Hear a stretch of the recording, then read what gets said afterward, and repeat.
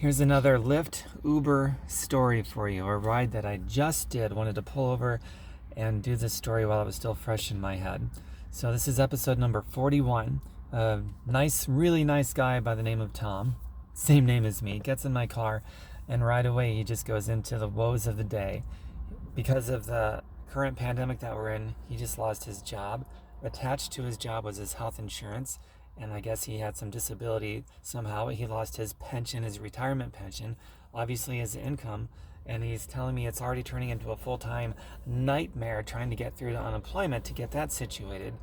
And so I've been talking about this for a long time. There's a huge lesson here to be learned for everybody. I've been shouting it for the past 12 years now, obviously since before the pandemic, and that is you cannot put your vulnerability into some company to take care of you financially, because somehow, some way, it's not going to work out. You might be one of the people that is still having a job. There's over 40 million new unemployment claims. That's enormous. And whether you fall into that category or you don't, you might tomorrow.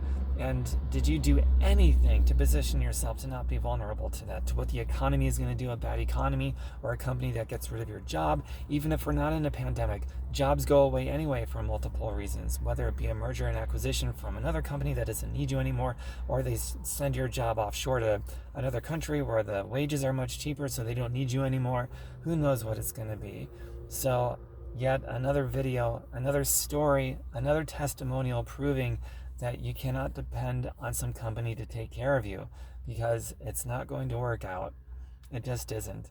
And if you're one of the lucky ones where you do actually keep your job till retirement and the retirement goes through and all of that stuff, well, even still, best case scenario is you sold your life, your body, your mind, your soul, and your spirit for a paycheck because you traded your time for it in perpetuity. And if that's how you want to live, that's how you want to live. But do you really want to be vulnerable to where, for any reason, they could take it away from you at any time, even if you were the best, most obedient worker that they could have asked for? I think for all of you, the answer is no. So what's the solution? The solution is you've got to start figuring out a way to own your own income from a residual source, a passive source, from an asset that you own. That's it. So I don't care if you do my thing or somebody else's thing. If you want to see what I'm doing, feel free to ask. I'll share the link with you. But this isn't a video to try to get you on my thing. It's a video to try to get you to open your mind and start taking control of your own life instead of leaving it up to some company to take care of you. The economy at large doesn't care about you. The government policies, they don't care about you. Your company, you might have a really nice boss, but the beast that it doesn't care about you. If they can't afford you for whatever reason, they're going to have to let you go, whether it's nefarious or a heartbreaking decision from an otherwise very good boss. You just don't know. So I hope you hear this message and you do something different to start learning how to take care of yourself. If you don't know how, I didn't either when I first started. But I was intellectually curious enough to go down that bunny trail to make discoveries one after another, to what led me to where, so far, I have not been negatively impacted financially whatsoever. And I don't have a job. I don't depend on any company to take care of me. I haven't had a job for a very long time. I haven't needed a paycheck from some company or some job since February of 2010. That was over 10 years ago. And now the pandemic is here.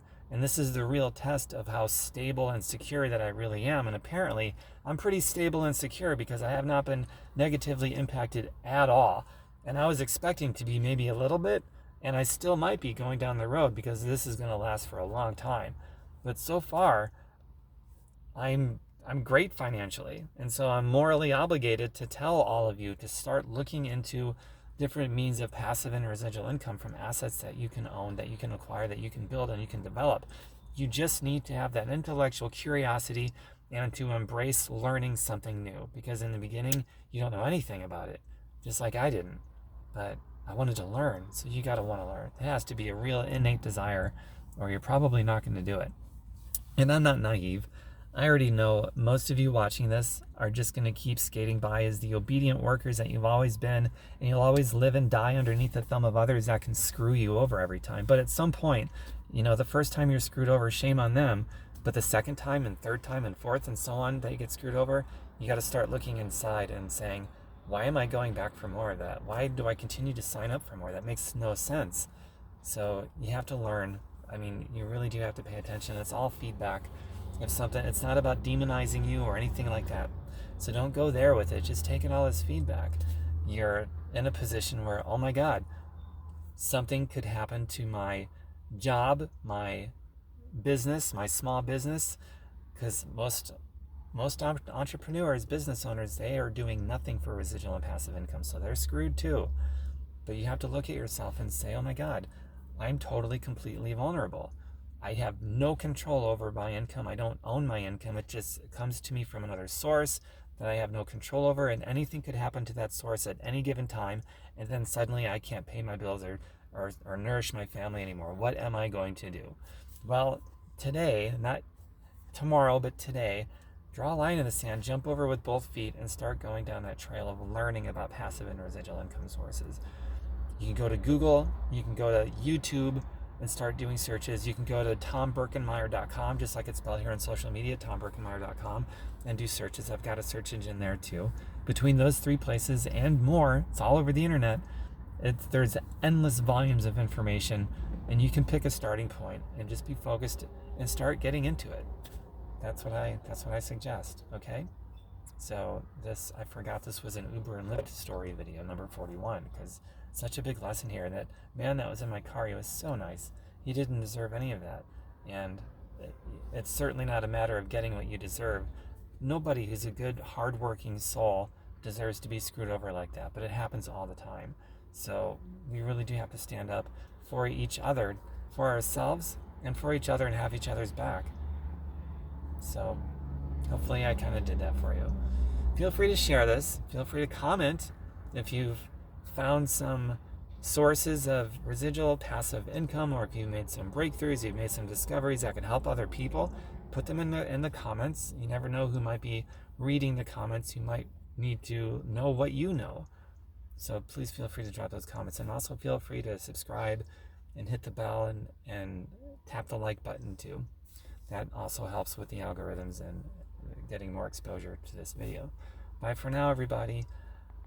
Step up and be curious, embrace learning, and create your own residual and passive wealth from an asset that you own. Go down that learning curve. It's worth it.